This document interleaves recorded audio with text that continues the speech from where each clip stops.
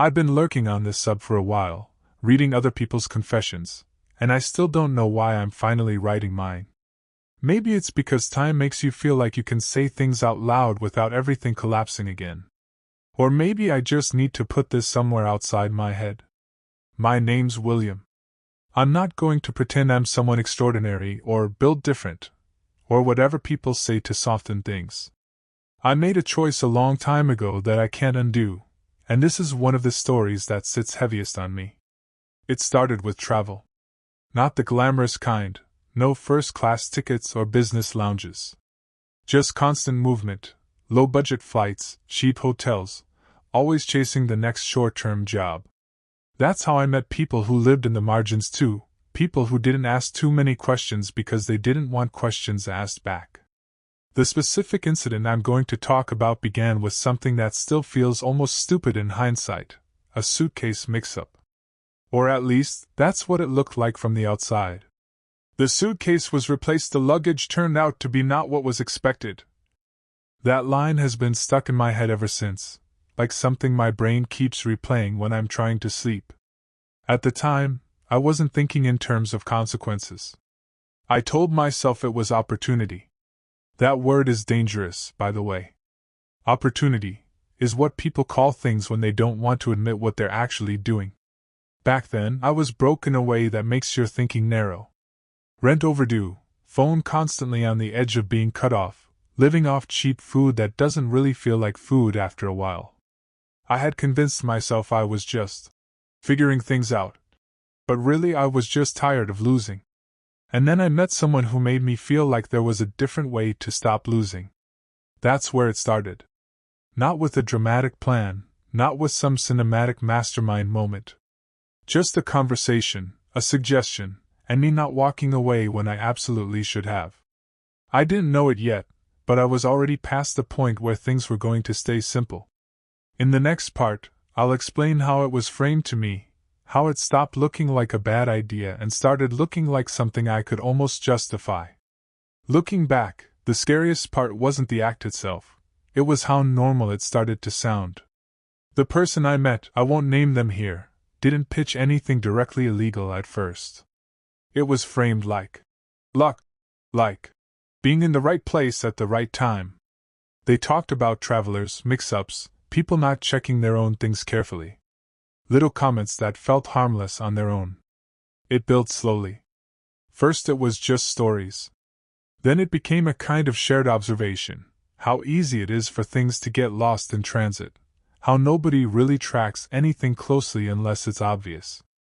I remember laughing along, thinking I was just being skeptical while secretly already leaning in.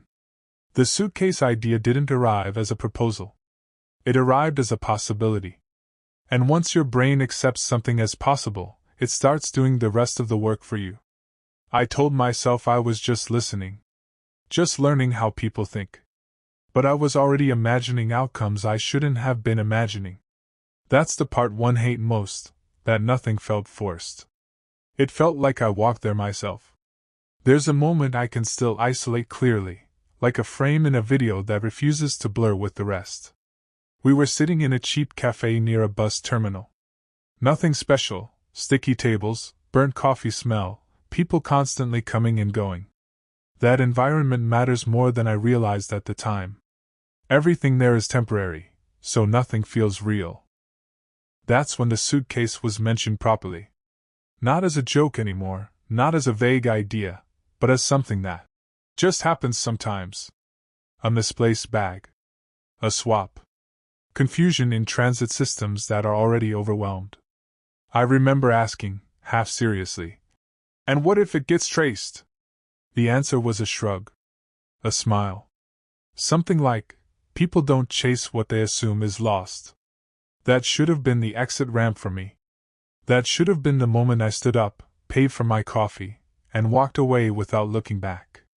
Instead, I stayed. I kept listening. And worse, I started contributing to the conversation like I belonged in it. After that cafe conversation, things didn't suddenly jump into action. That's not how it happened. It stretched out over days, maybe a week, where everything felt like it was hovering in a holding pattern. We met again twice. Same kind of places, stations, cheap food spots, anywhere with noise so no one pays attention to your voice. The idea slowly got rebranded in my head. I stopped thinking crime and started thinking scenario. That word made it easier to breathe. There wasn't a detailed blueprint, not in the way people imagine. It was more like filling in blanks that were already suggested to me. Timing, movement, how crowded spaces blur accountability. Every piece felt like it was being justified in real time. I remember convincing myself I was being analytical.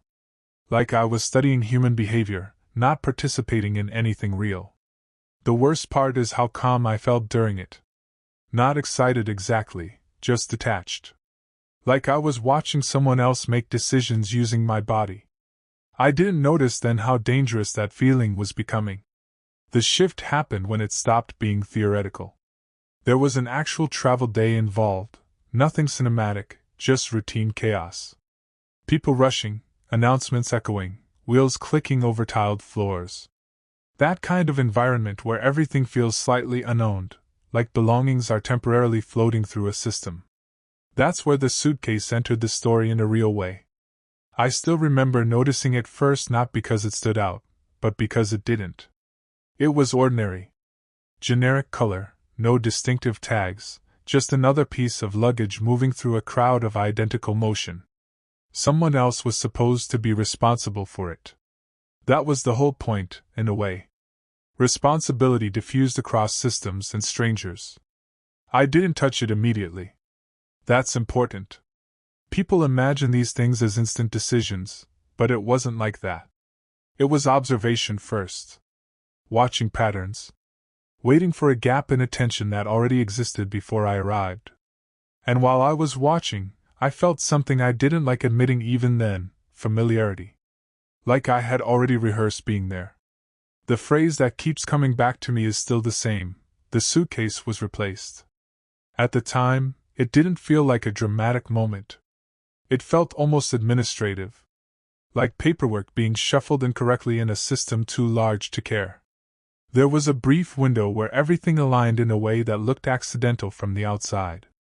Movement, timing, distraction, small gaps that exist in every crowded transit space. I remember thinking how fragile ownership really is when everything is moving. What I did wasn't complicated. That's part of what I struggle with most now. It didn't require genius or skill. Just proximity and a decision I made without fully stepping outside myself to evaluate it. Afterward, there was a moment where I stood there holding something that wasn't mine, realizing that the physical object itself didn't feel different. It was just weight. Just fabric and structure. The moral difference, though, that was immediate and heavy in a way I couldn't ignore anymore. And still, I didn't stop. Not yet. I left the area faster than I should have, but not in a panic. That's another detail I remember clearly. I wasn't running. I was trying to look normal. That's when I realized how much of crime, or whatever you want to call it, is just performance. People imagine hiding as darkness and secrecy, but most of it is just acting like you belong where you are.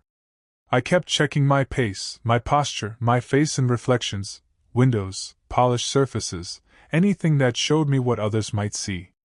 I didn't want to look like someone carrying a decision. At some point I stopped feeling like I was inside the moment, and started feeling like I was outside it, observing myself. That split is hard to describe. It's not guilt yet. It's something before guilt, like your mind hasn't agreed on what label to assign to your actions. The suitcase itself stayed with me physically, but mentally it already felt separated from me. Like it belonged to another version of William who made choices I could technically deny knowing about. But denial only works for so long. The problem with plans that depend on chance is that chance doesn't stay obedient. A few hours after I left, things started to feel unstable. Not externally at first, but internally. I kept replaying small details, trying to convince myself everything had gone smoothly, but the gaps kept widening in my memory instead of closing. I remember sitting on a bench near a station, not far from where everything happened, telling myself I was just resting. In reality, I was waiting for something I couldn't define yet. That's when I noticed the first crack, a shift in how people were moving around me. Not obvious, not dramatic, just subtle patterns. More attention. More scanning eyes. The kind of collective awareness that forms when something is off, even if no one has confirmed it yet. I told myself I was imagining it. But my body didn't agree. My heartbeat didn't settle the way it should have. That was the first time I seriously considered that the situation might not remain as clean as I had tried to make it in my head. It didn't happen all at once. That's another misconception I used to have, that consequences arrive like a single event.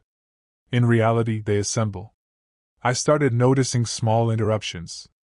People asking questions in places where no one had asked questions before. Staff moving differently.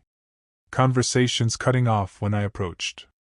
At one point, I tried to act like everything was normal and went into a cafe. I remember ordering something cheap just to give myself a reason to sit there. But I couldn't focus on anything, not the cup, not my phone, not even the noise around me. That's when I saw something that made my stomach drop slightly, a quiet exchange between two people near the entrance, the kind of glance that isn't casual anymore. It wasn't directed at me specifically. At least, I told myself it wasn't. But my brain had already started rewriting every detail as evidence. I left early. Again, trying to look like someone simply moving through their day. But the illusion was getting harder to maintain with every step. At some point, the suitcase stopped being an object and became information moving without me. I didn't have direct access to what was happening, but I started piecing things together from fragments, overheard comments, shifted routines, the way people's attention briefly tightened and then dispersed again. It felt like watching a system update in real time, except I was inside it. There was a moment where I caught a glimpse of the luggage being handled by staff again. Not in my possession anymore. Just circulating. Re-entered into the same structure it came from, as if nothing had ever happened. That should have been relief. But it wasn't. Because now there was something worse than holding it, not knowing where it would land next, or what assumptions were being made about it. I told myself I was no longer involved. That it was over. That I had stepped out of the chain. But deep down, I knew I was still part of it. Not physically anymore, but in the way consequences keep tracing back to their origin, even when the origin tries to disappear. What followed wasn't a dramatic chase or confrontation like in movies. It was something more uncomfortable, pressure without a clear source. I started changing small habits without thinking. Taking longer routes. Avoiding places I used to pass through casually. Not because anyone told me to, but because my body started reacting before my thoughts did. There's a specific kind of anxiety that doesn't spike, it just settles in and refuses to leave. That's what I was dealing with. I could function, talk, even laugh when needed, but underneath everything there was this constant background awareness that I couldn't turn off. Every unfamiliar sound felt slightly meaningful. Every glance from a stranger had to be processed and dismissed manually. I remember thinking at one point, this is what it feels like when your life stops belonging to you in a clean way. Even though nothing official had happened yet, no arrest, no direct accusation, the internal world already felt compromised. And the worst part was realizing I had no one to talk to about it without revealing too much. So I stayed silent, and silence started to feel like its own kind of weight. It finally happened in a way that felt almost disappointingly ordinary. I was approached in a public place, nothing cinematic, no dramatic blocking of exits. Just a calm, deliberate interaction that made it clear I wasn't invisible anymore. They didn't accuse me outright at first. That came later. The beginning was questions. Structured, patient questions that felt less like interrogation and more like someone trying to see how I would respond to my own reflection. I remember how careful I became with every word. How quickly I learned that hesitation itself can sound like guilt. They mentioned the suitcase early on. Not details, just enough to confirm that they were not guessing anymore. That was the moment my stomach tightened, not from fear alone, but from recognition. The story I had been constructing for myself no longer mattered. There was an external version of events now, and it didn't care about my internal justifications. I tried to stay composed. I really did. But I could feel the gap widening between what I wanted to believe and what was being quietly laid out in front of me. After that conversation, I stopped trusting my own narrative, in real time. Before, I could at least maintain two versions of events, the one I told myself, and the one that might exist externally. But once they aligned too closely, that separation collapsed. There wasn't room anymore to pretend misunderstanding.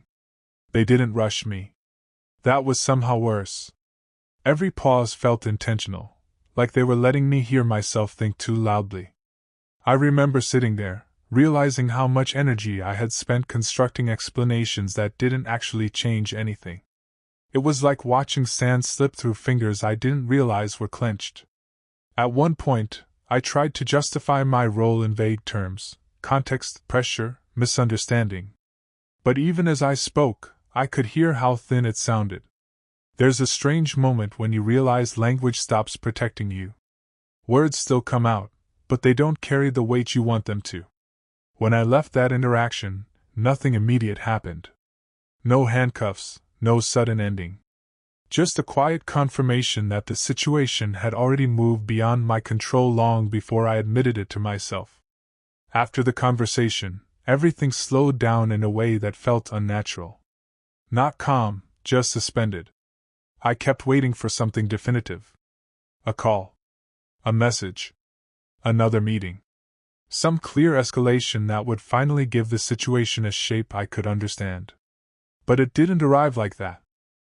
Instead, my life turned into a series of ordinary days with an invisible weight attached to them. I went to places, bought food, answered messages, but every action felt slightly delayed, like I was watching myself a second too late. I started replaying everything from the beginning. Not because it helped, but because my mind refused to stop trying to find the exact point where things became irreversible. Sleep became fragmented. I'd wake up convinced I had missed something important, some detail that would change the outcome if I just remembered it correctly. But there was nothing left to decode. The situation was already fully formed. I was just still living inside the echo of it, waiting for a resolution that might never feel clean or satisfying. Eventually, there was no dramatic ending. No final scene where everything snaps into place, and you either escape or get erased from your own story. It just settled. What happened with the suitcase was handled by systems I never really understood fully, systems that don't care about personal narratives, only facts. My part in it was already recorded long before I stopped thinking I had control over the outcome. I didn't feel relief when it was over. That surprised me the most. I thought resolution would bring something clean, closure, maybe even numbness. Instead, it left me with a quieter kind of awareness that doesn't go away. Life continued. It always does, even when you think it shouldn't. But I changed after that. Not in a dramatic, obvious way. More like a constant recalibration of how I move through the world. I notice details I used to ignore. I think about consequences earlier than I used to. I don't trust opportunity anymore when it shows up dressed as coincidence. If there's anything I learned, and I don't say this lightly, it's that most bad decisions don't feel like bad decisions while you're making them. They feel like small agreements you can undo later. And sometimes you can't.